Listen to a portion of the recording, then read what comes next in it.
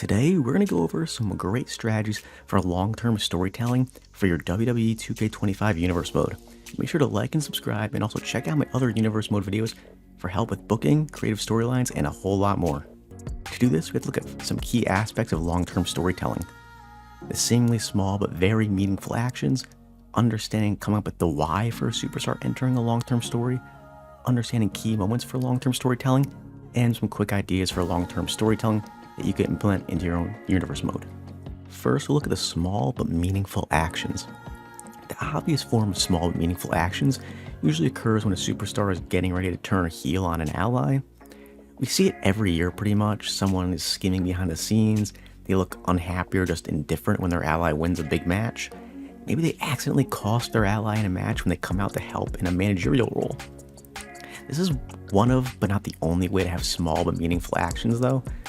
So we're going to come back to it in a minute, but first I want to talk about a small but meaningful action, or actions that happen in Universe mode that you're really missing out on. Every year in a gimmick PLE, such as Money in the Bank, War Games, the Royal Rumble, and Elimination Chamber, we see two superstars that go at it, and they end up costing each other the match entirely. Since they aren't the only two superstars in these specific gimmick matches, people tend to overlook the significance that these two superstars going at it holds because they're more focused on the winner.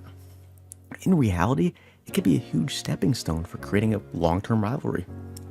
Just recently, we saw how Damian Priest screwed Drew McIntyre in both the Royal Rumble and the Elimination Chamber, and that has led to a long-term story that is still being played out now in the June. So you want to make sure you take the time to take notes on which superstars interact with each other in these gimmick matches, as it's a key way to really develop your long-term stories, and it's something that I want to continue to discuss later on towards the end of the video when I go into potential storyline ideas that I will play out for you guys to implement yourselves in Universe mode. But now coming back to the small but meaningful actions when people turn heel on their allies, when building these long-term stories, you want to include the little things because they plant the seed for the bigger actions. In this case, they could be used as the build-up to using a Fallout rivalry action within Universe mode as that first initial big moment before like the gigantic enormous eruption big moment of the Fallout.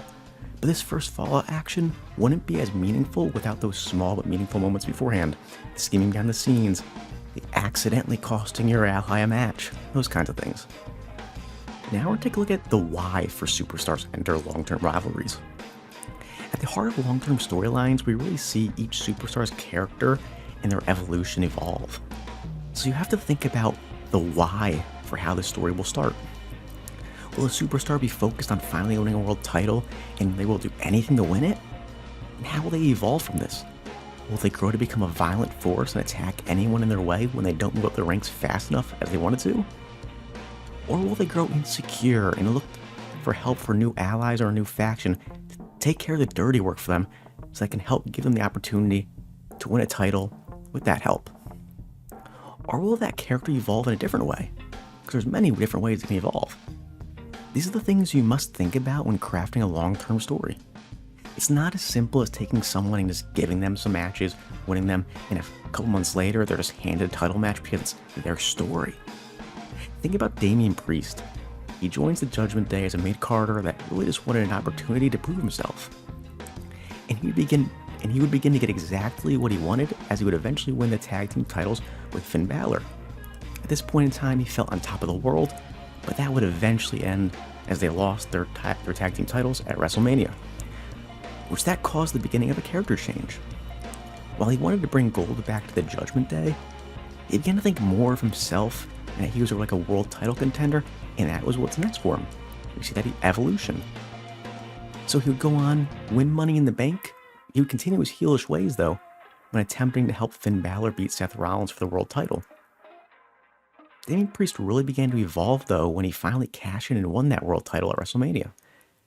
As his confidence once again skyrocketed, he started to change from this heel that resort to cheap tactics to now a prideful champion that wanted to win the right way and prove that he was a real world title contender. That long-term character evolution is what created the differences in tension between him and Finn Balor and their eventual feud based on long-term storytelling. The thing is, you have to remember though, You can't have character development without key moments, which brings us to our third part of this video. When developing character evolutions in your universe mode, there must be a reason for why they happen. What moment made a superstar change? Does something happen that makes a superstar more aggressive? More paranoid? Maybe more sympathetic to another superstar? Maybe something happens to become less confident? Something that makes them change their goals? Something that makes them change their beliefs? Nothing evolves without a key moment or reason. Think about Cody Rhodes. He makes his return to WWE, beats Seth Rollins at WrestleMania, continues that feud, eventually continuing to win it. After proving himself as a contender in those big moments against Seth Rollins, he makes everyone aware that he must win the WWE title that his father never held. And that's where the long-term storytelling really begins. He must then win the Royal Rumble, then have a couple months of build-up just to ultimately lose at WrestleMania. Now we see the character of Cody Rhodes begin to evolve. He immediately gets tossed into a feud with Brock Lesnar. Cody learns and adapts to this new challenge and wins that feud, and it helps really begin to create a more confrontational and tenacious side of Cody Rhodes that we would eventually see in the next year's WrestleMania build-up when he had an issue with The Rock and Roman Reigns, especially when he went out and slapped The Rock live on SmackDown. Ultimately, after falling from Cloud 9 and losing all of his confidence to Roman Reigns at WrestleMania, that Brock Lesnar feud and that winning moment was the key piece of storytelling to help move Cody's story along and give him that confidence booster and belief that he can overcome a daunting challenge. But that wasn't the only moment that helped evolve Cody Rhodes. In the build to War Games, Cody had a daunting task of putting together a group of superstars to go up against a well-formulated team of the Judgment Day, along with Drew McIntyre. This was once again a big test for Cody to see if he can overcome a major challenge. And once again, he passed. This was another moment that boosted his confidence and showed he had what it takes to be a world champion. Without the moments of Brock Lesnar and winning War Games, Cody Rhodes' story wouldn't have had a pivotal character development to get him to the end of his long-term story in winning that WWE title by overcoming Roman Reigns, The Rock, and the Bloodline. Now that we've gone through the three main ideas of long-term storytelling with examples behind each of them, I'm going to give you guys a great long-term storyline idea that you can use right now in your universe mode. So for this storyline idea, you have two superstars, a face and a heel, and they're competing against each other in the Money in the Bank match. During this match, they get in each other's way, and it causes both of them to lose this Money in the Bank match. Nobody really thinks much of it, the fans don't think any of it, but in a couple of weeks, they're scheduled to face each other in a King or Queen of the Ring qualifying match.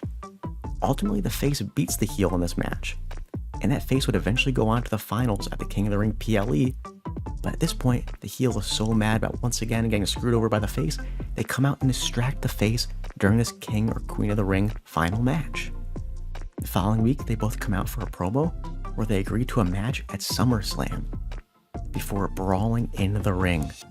Then at SummerSlam, the heel this time gets the win, but they aren't satisfied after only evening the score at 1-1, as they decide to injure the face after the match.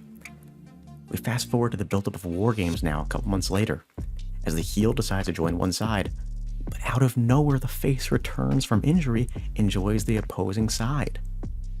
The rivalry continues into War Games as they go at it during the match. It doesn't matter which side ends up winning, as this rivalry will continue into both the Royal Rumble and the Elimination Chamber as these two superstars continue to get in each other's way. After the two singles matches, many meetings and gimmick matches, and an injury angle in between, they finally decide to end their rivalry with one final match, winner takes all, at WrestleMania. Thank you guys for checking out this video. Make sure to like and subscribe for more Universe Mode videos, and I'll see you guys later.